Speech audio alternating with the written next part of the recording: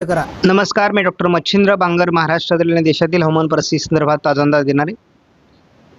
आपण बघतो की बंगालचा उपसागर असेल किंवा अरबी समुद्र असेल, यामध्ये मोठ्या प्रमाणात बाष्प आहे. मान्सूनला पुढे सरकण्यासाठी अनुकूल स्थिती होती. त्यानुसार आज मान्सून पुढे सरकलाय, आपण ते पुढे बघणार आहोत. परंतु महाराष्ट्रामध्ये अपेक्षित ज्या पावसाच्या मान्सूनपूर्व ॲक्टिव्हिटीज आहेत त्या अजून सक्रिय नाही आहेत. खूप थोड्या भागामध्ये आपल्याला पाऊस होताना दिसतोय, ज्याचं प्रमाण तुलनेत थोडं या कालावधीमध्ये अधिक असणं अपेक्षित.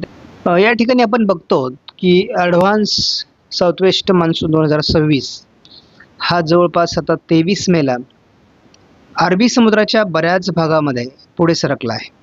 त्यानंतर त्याची आपण काल चर्चा केल्याप्रमाणे पूर्व भागाकडून देखील बऱ्यापैकी प्रगती होते आहे. केरळमध्ये मान्सून येण्यासाठी आता फार काही अडचण राहील असं वाटत नाही.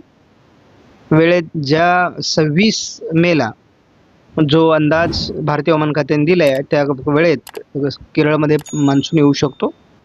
5-5 दिवस जर एकाच ठिकाणी मान्सून स्थिरावणारा असेल तर मग पुढील अडचणी वाढू शकतात.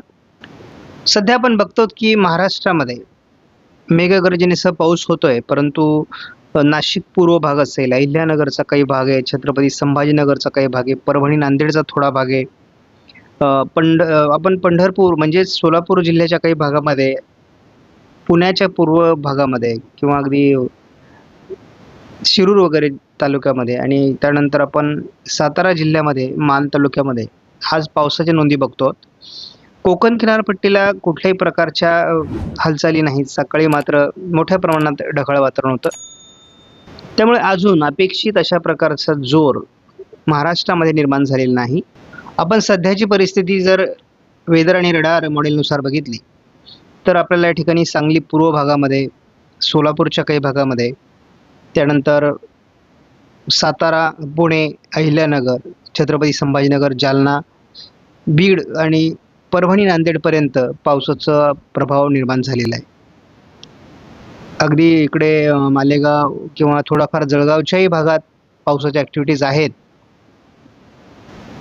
अगदी विदर्भात चंद्रपूर आणि वाशिम, हिंगोली किंवा अमरावती, वर्धा, यवतमाळपर्यंत ढगाळ वातावरण आहे, पण फारशा पावसाच्या ॲक्टिव्हिटीज नाही आहेत. मॉडेलनुसार हे वातावरण तयार झाल्यानंतर पुढे बघतो 6 ते 7 वाजेपर्यंतचं सध्या परिस्थिती आपण बघतो.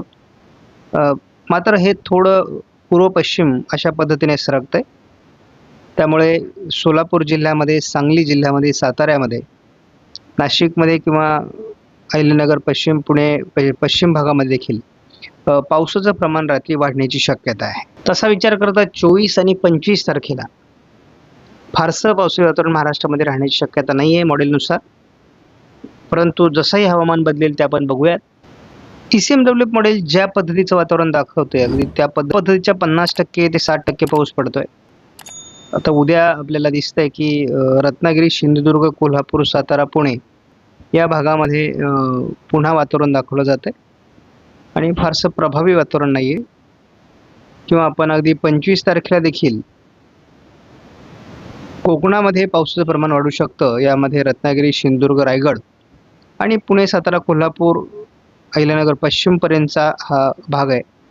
परंतु तसा 25 तारखेलाही जास्त प्रभावी वातावरण नाही आहे. एकूणच पुढील 48 तास घाटमाथा आणि कोकण त्यालगत पश्चिम महाराष्ट्रातील काही जिल्हे आणि मध्य महाराष्ट्रातील काही जिल्ह्यांमध्ये वातावरण बदलण्याची शक्यता आहे. आता आपण बघतो की काही प्रमाणामध्ये सोलापूरच्या भागामध्ये किंवा काही सांगलीच्या भागामध्ये, सातारा, पुणे, अहिल्यानगर पश्चिम, नाशिक पूर्व, छत्रपती संभाजीनगर, बीड, परभणी, नांदेड या भागामध्ये, थोडं जळगावच्याही आजूबाजूने मेघगर्जना आहे. परंतु एकूणच पावसाचं प्रमाण फार प्रभावी नाही आहे. अपेक्षित जोर अजून मान्सून पूर्वमध्ये तयार झालेलं नाही आहे.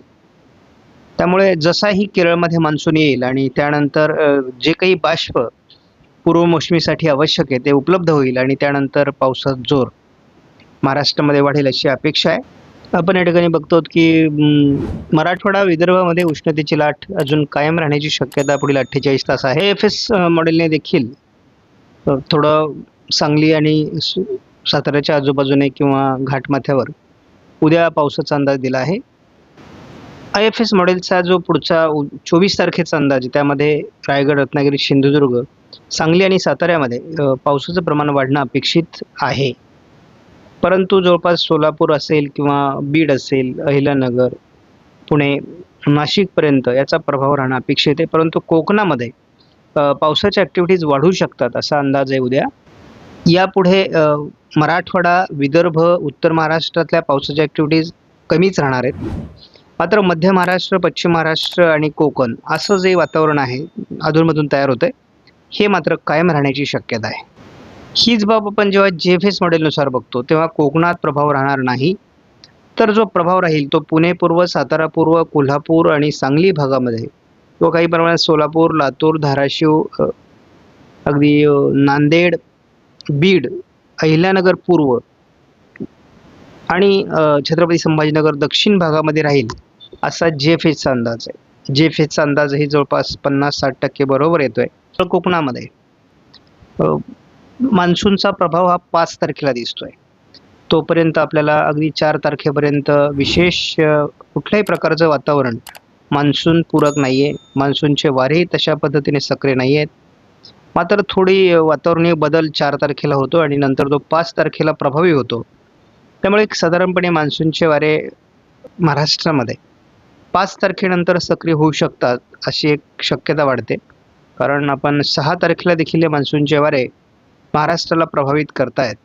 याचा अर्थ 5 ते 6 तारखेच्या दरम्यान महाराष्ट्रामध्ये मान्सून येणं अपेक्षित आहे.